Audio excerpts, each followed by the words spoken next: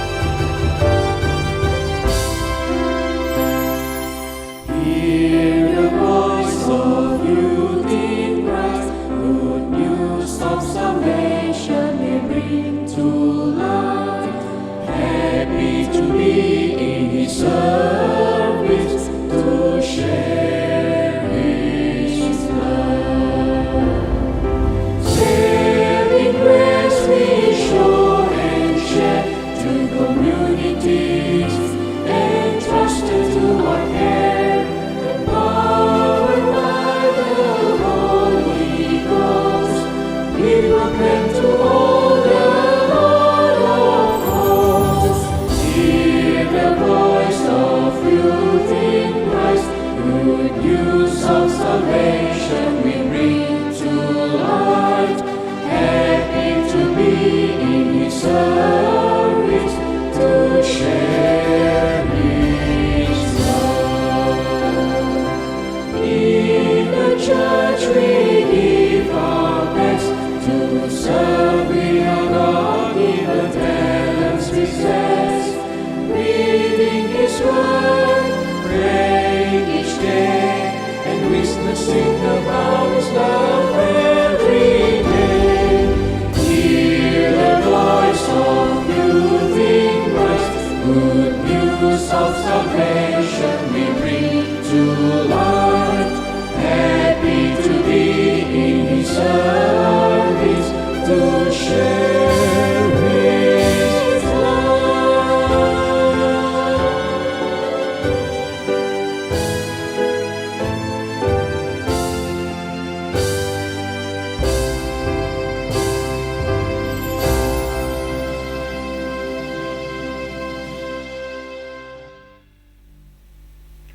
Kita menjemput Gregory Elvin untuk melayangkan doa pembukaan. Mari kita tunduk kepala, saya pimpin dalam doa. Tuhan Allah Bapa kami yang bertakhta dalam kerajaan surga, terima kasih Tuhan oleh kerana berkat dan kurnia Tuhan telah Tuhan berikan kepada kami dapat berkumpul walaupun secara virtual, tetapi tujuan dan semangat kami adalah satu, yaitu untuk mempelajari lebih lanjut, lebih dalam mengenai Tuhan dan kasih Tuhan. Tuhan, biarlah Tuhan memberkati program ini supaya ia dapat berjalan dengan lancar sepanjang minggu ini, dan diberkatilah semua speaker supaya mereka mempunyai suara yang melalui Roh Tuhan, Roh Kudus Tuhan memimpin mereka dalam tiap-tiap tutur kata mereka.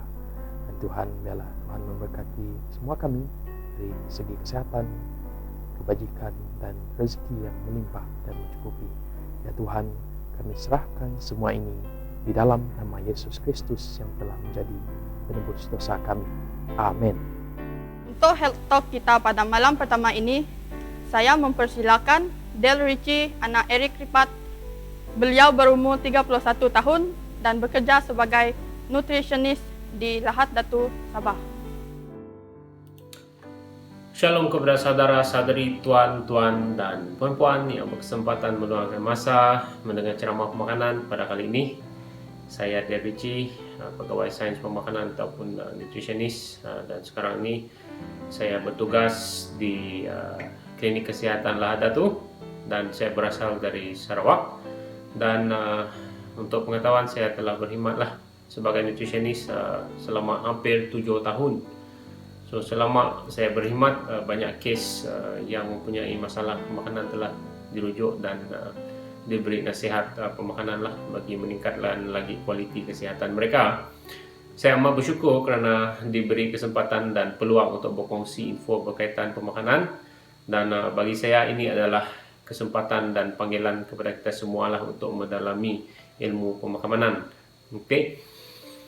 Sedikit info untuk kita fikirkan, berdasarkan buku Counsel on Diet and Foods yang ditulis oleh Ellen White dalam muka surat 18, yang mengatakan bagi memastikan tubuh badan dalam keadaan yang sehat dan bagi memastikan seluruh organ kita bekerja secara harmoni, ia haruslah menjadi perkara untuk dipelajari sepanjang hayat kita. Jelas beliau mengatakan bahawa seseorang perlulah mengetahui dan mengambil peluang hasil kajian-kajian sains pemakanan yang semakin advance pada era ini, dan yang penting ianya adalah selari ataupun harmonilah dengan prinsip pemakanan yang telah diilhamkan oleh Tuhan.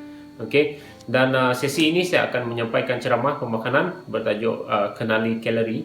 Okey, di dalam bidang pemakanan, kalori sangat penting kerana ia adalah asas kepada pemakanan dan memainkan peranan penting dalam merancang diet seseorang yang ingin menjalani gaya hidup yang sihat. Okey, atau mana-mana individu yang ingin membentuk semula keadaan kesihatan ataupun ingin membuat health reformation. Dan di sini kita lihat apakah itu kalori. Kalori adalah tenaga yang terkandung di dalam makanan lah, dan kalori dalam makanan biasanya dikira dalam bentuk unit kilokalori ataupun KCAL. Sebagai contoh, satu sendok nasi mengandungi kira-kira 100 kilokalori, atau contoh lain, keperluan tenaga harian seorang yang sederhana aktif adalah sebanyak 1,800 kilokalori hingga 2,000 kilokalori. Pengambilan kalori yang berbeza memberi kesan kepada status pemakanan seseorang, dan ia juga penting bagi memastikan saudara dan saudari tetap dapat menjalankan aktiviti harian dengan baiklah.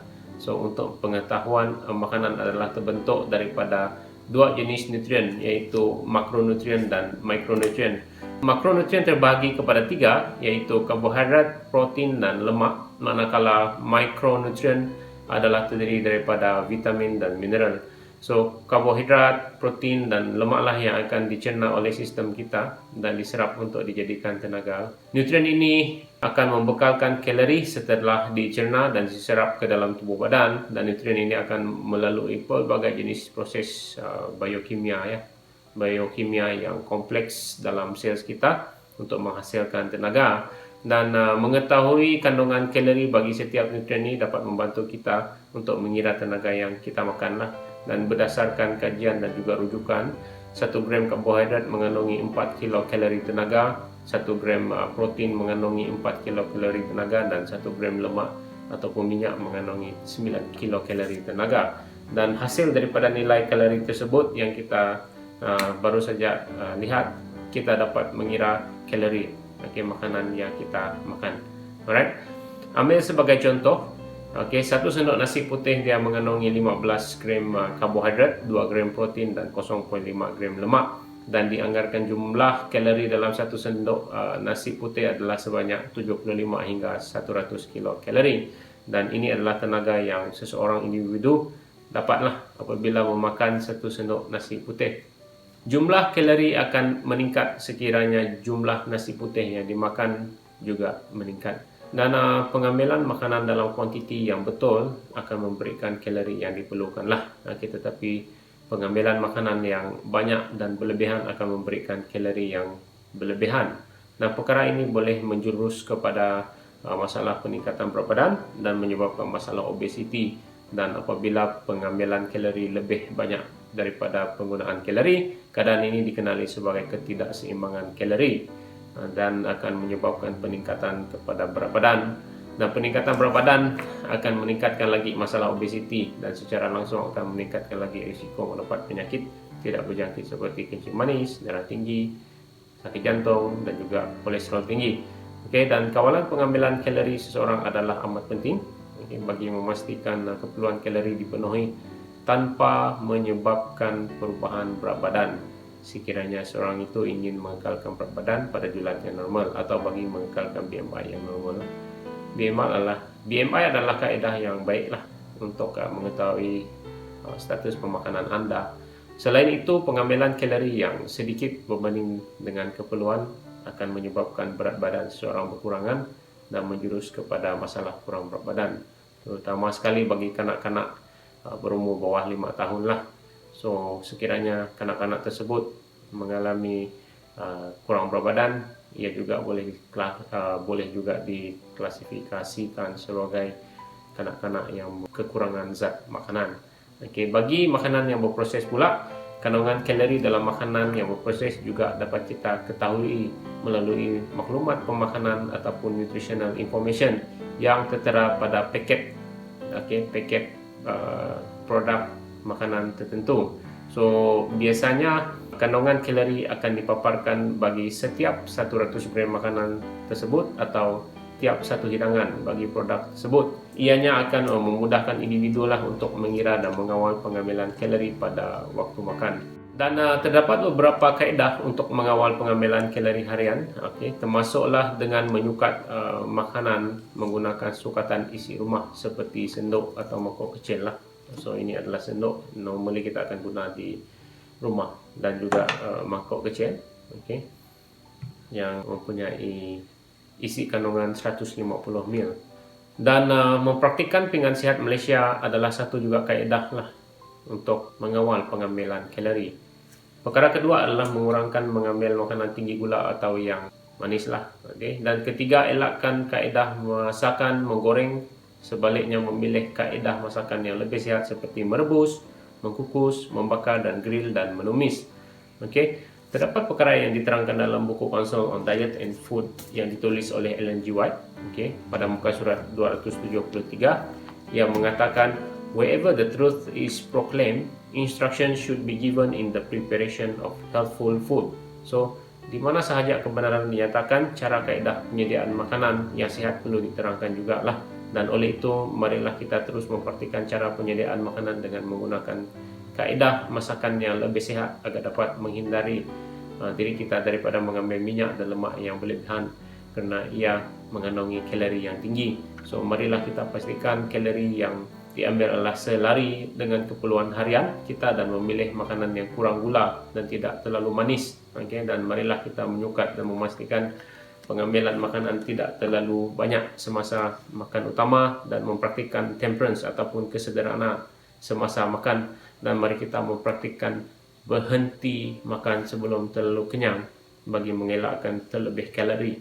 So, memahami perkara berkaitan pemakanan adalah penting bagi meningkatkan lagi lah status kesihatan kita ataupun diri kita sendiri. Adalah tugas kita sendiri untuk mengkaji dan belajar perkara berkaitan pemakanan lah. Kenali kalori, cegah obesiti. Sekian, terima kasih. Terima kasih kepada Del Richie di atas mesej kesehatan sebentar tadi. Sekarang ini kita akan mendengar nyanyian istimewa daripada Youth Simbo.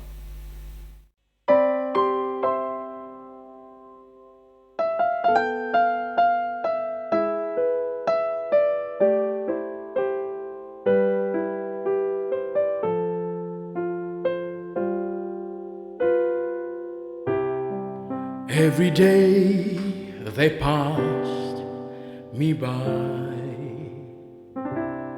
I can see it in their eyes. Empty people filled with cares, headed who knows where. On they go through private pain, leaving fear to fear. Laughter hides their silent cries, only Jesus hears.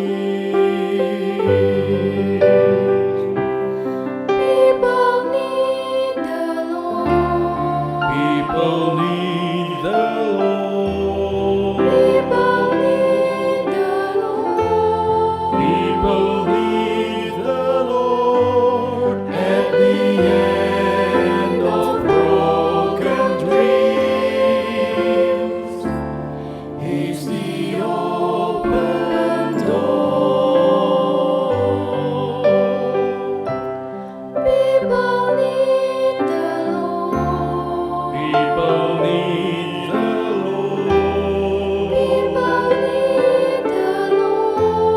People need the Lord when we realize. People need the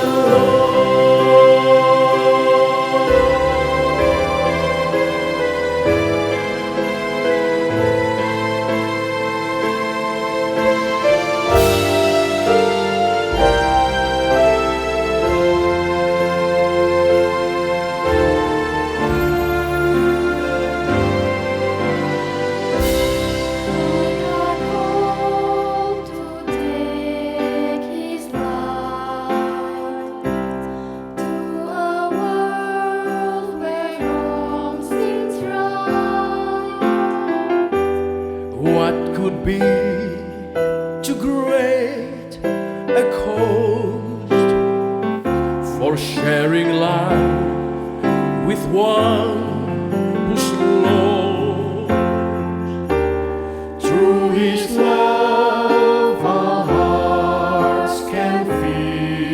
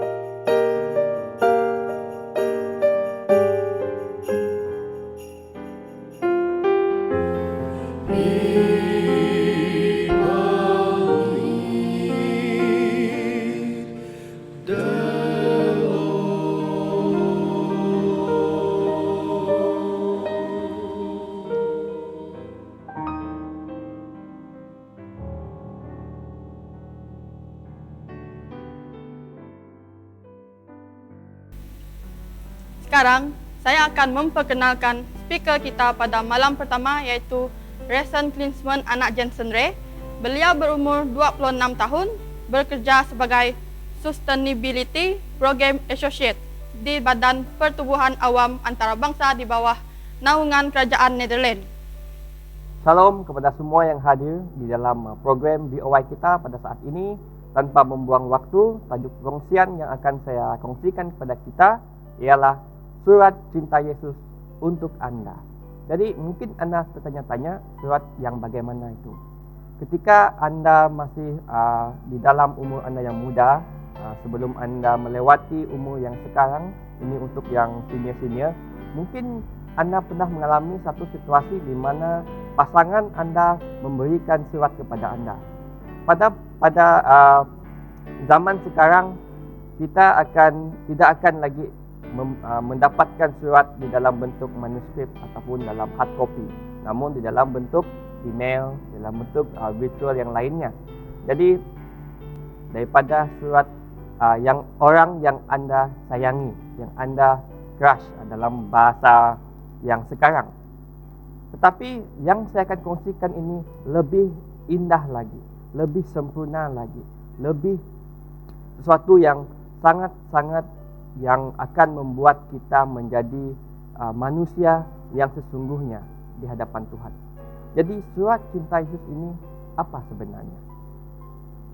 Di dalam 2 Timotius 3 ayat 15 mengatakan, "Ingatlah juga bahwa dari kecil engkau sudah mengenal kitab suci yang dapat memberi hikmat kepadamu dan menuntun engkau kepada keselamatan oleh iman kepada Kristus Yesus." Jadi, surat cinta yang akan saya kongsikan kepada Anda adalah Alkitab.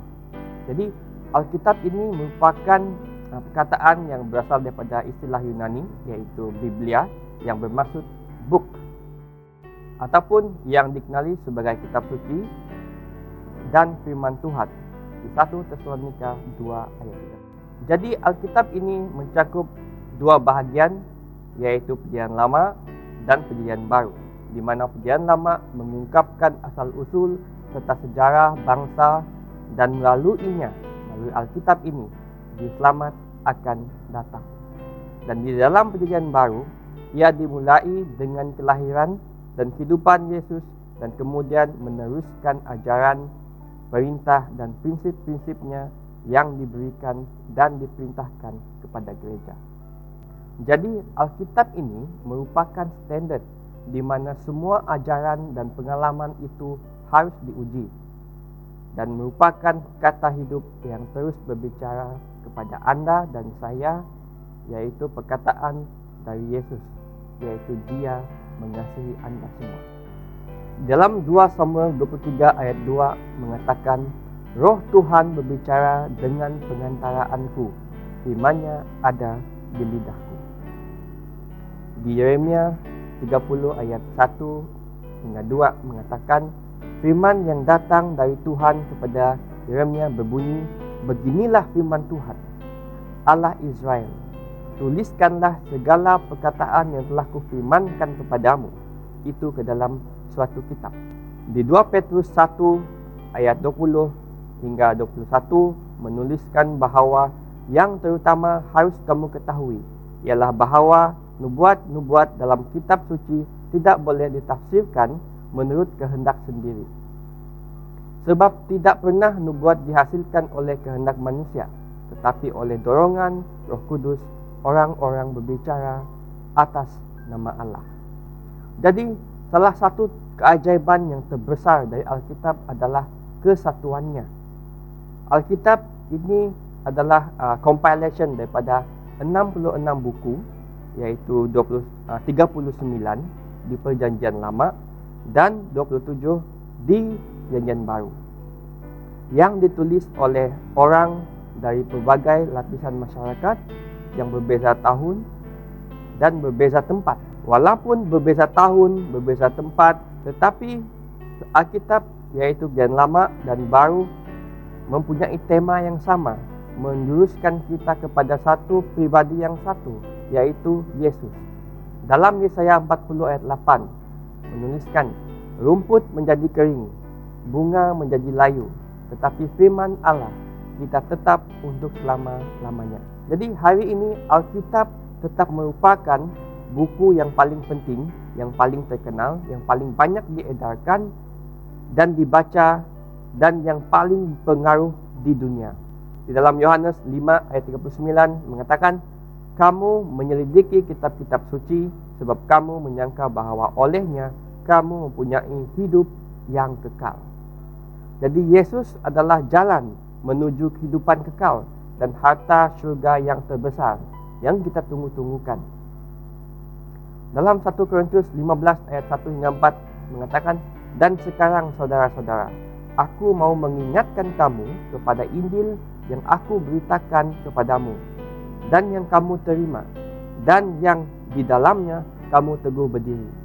Oleh Injil itu kamu diselamatkan, asal kamu teguh berpegang kepadanya, seperti yang telah kuberitakan kepadamu, kecuali kalau kamu telah sia-sia menjadi percaya. Sebab yang sangat penting telah kusampaikan kepadamu, yaitu apa yang telah kuterima sendiri, ialah bahwa Kristus telah mati kerana dosa-dosa kita, sesuai dengan kitab suci. Bahawa ia telah dikuburkan dan bahawa ia telah dibangkitkan dan pada hari ketiga sesuai dengan kitab suci. Jadi Alkitab adalah Injil, yaitu berita baik. 2 Timotius 3 ayat 16 hingga 17 mengatakan, segala tulisan yang diilhamkan Allah memang bermanfaat untuk mengajar, untuk menyatakan kesalahan, untuk memperbaiki kelakuan dan mendidik orang dalam kebenaran. Dengan demikian tiap-tiap manusia kepunyaan Allah diperlengkapi untuk setiap perbuatan baik. Jadi Alkitab ini adalah merupakan satu manual Tuhan untuk kehidupan setiap kita orang Kristian. Malah orang bukan Kristian pun harus juga menggunakan Alkitab sebagai manual, karena Alkitab adalah buku yang sempurna. Mazmur 119 ayat 105 mengatakan, firman-Mu itu pelita bagi kakiku dan terang bagi jalanku. Saya ingin mengutip satu perkataan daripada George Washington yang merupakan Presiden USA yang pertama. Dalam quotationnya, ia adalah mustahil untuk memerintah dunia dengan betul tanpa Tuhan dan Alkitab. Yang dimaksudkan oleh George Washington di sini adalah Alkitab adalah ukuran sebagai standard, sebagai manual di dalam kehidupan kita. Karena Alkitab itu adalah, kalau kita lihat dalam bahasa Inggrisnya, Bible, B-I-B-L-E. So ada abbreviation untuk perkataan Bible ini, yaitu B ialah basic, I adalah information ataupun instruction, B before, L living, dan E earth. Jadi Bible ini adalah basic information atau instruction before living earth. Di dalam Wahyu 1 ayat 3 mengatakan, berbahagialah ia yang membacakan dan mereka yang mendengarkan kata-kata nubuatan ini dan yang menuruti apa yang tertulis di dalamnya, sebab waktunya sudah dekat. Jadi saya ingin menunjukkan 10 poin kepada kita bahawa kenapa kita harus mempercayai Alkitab. Yang pertama ialah klaim Alkitab mengenai dirinya. Alkitab menyatakan kebenaran. Alkitab menjadi manual kepada kita orang Kristian maupun bukan Kristian. Yang kedua, Alkitab ini disahkan oleh Yesus, kerana memang Alkitab menceritakan tentang Yesus, Juru Selamat kita. Yang ketiga, klaim penulis Alkitab mengenai Alkitab. Walaupun penulisnya hidup di zaman yang berbeza, lahir di tempat yang berbeza, di negara yang berbeza, di wilayah yang berbeza, namun mereka mempunyai satu agreement, satu kepastian dan satu kebenaran yang sama, yang menunjukkan bahawa Yesuslah Juru Selamat yang akan menyelamatkan dunia dan yang telah datang dan yang akan datang untuk menjemput saya dan Anda. Yang keempat adalah kesatuan Alkitab. Alkitab ini seperti kalau saya ingin menggunakan bahasa yang akan saya gunakan adalah spider web, di mana Alkitab mempunyai hubungan di antara satu sama lain. Dia ada continuity di antara satu sama lain. Dia berhubungan di antara satu sama lain. Itulah Alkitab. Nomor 5 adalah pemeliharaan yang luar biasa. Kita masih ingat di zaman zaman kegelapan, Alkitab itu dibakar.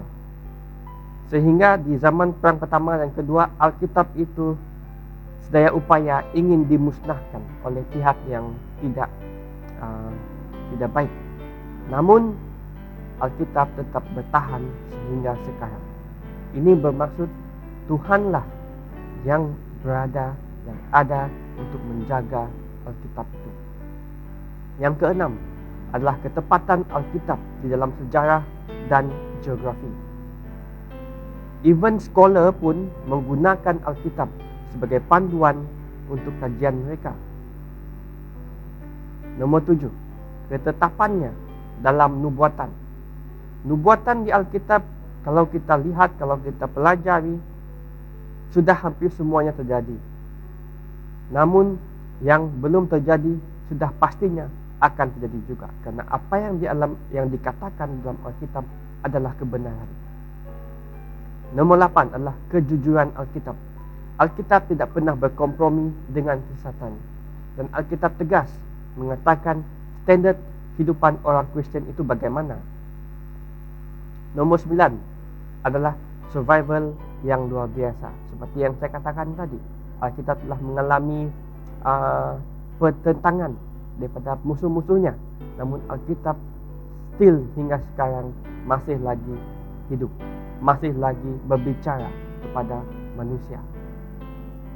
Dan yang terakhirlah, yang ke-10 adalah kekuatannya untuk mengubah kehidupan saya dan Anda. Kita dapat lihat bahawa banyak hidup telah diubah setelah mereka membaca Alkitab.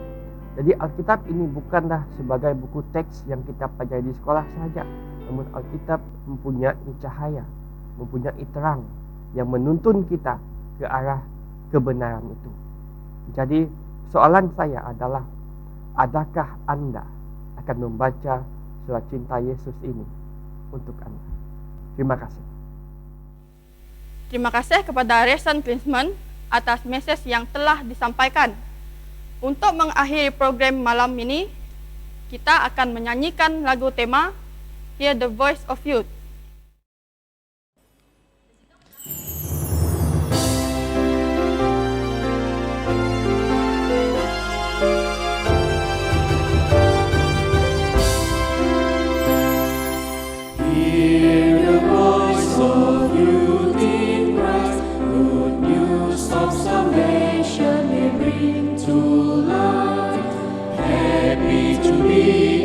Service to share His love.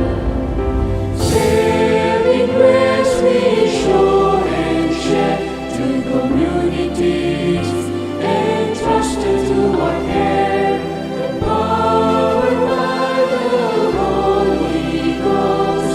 We proclaim to all the Lord of hosts. Hear the voice of youth in Christ, good news of salvation we bring to light.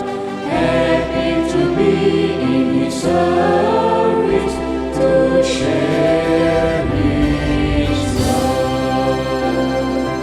In the church we give our best to serve. We are God-given talents we possess, reading His word, praying each day, and witnessing about His love every day. Hear the voice of youth in Christ, good news of salvation we bring to light. Happy to be in His service, to share His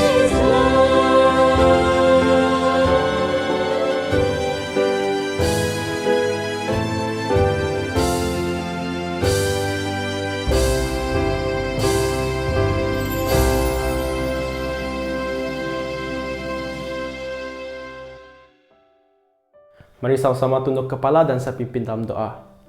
Bapa kami yang bertata di kerajaan syurga, kami mengucap syukur padamu Tuhan, dan kami berterima kasih padamu Tuhan kerana kami dapat menjalankan program ini dengan jayanya.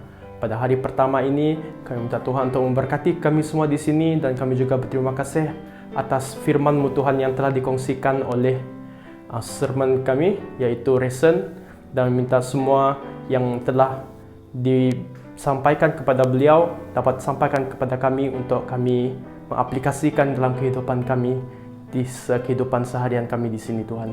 Minta Tuhan untuk juga memberkati ke semua hari-hari yang lain pada program minggu ini BOY, dan kami minta Tuhan untuk sentiasa memberikan kami ilmu, pengetahuan dan juga kekuatan dari segi mental dan juga fizikal kepada kami semua di sini, supaya kami dapat menjayakan program ini, dan program ini dapat membantu juga anak-anak muda untuk sentiasa memuji dan memuliakan nama-Mu Tuhan. Dengan ini kami akan mengakhiri doa kami pada hari ini dalam nama Yesus Juru Selamat kami. Amin. Sekian saja program pada malam ini. Kita akan bertemu pada malam esok pada jam 7.30 malam sehingga 8.30 malam.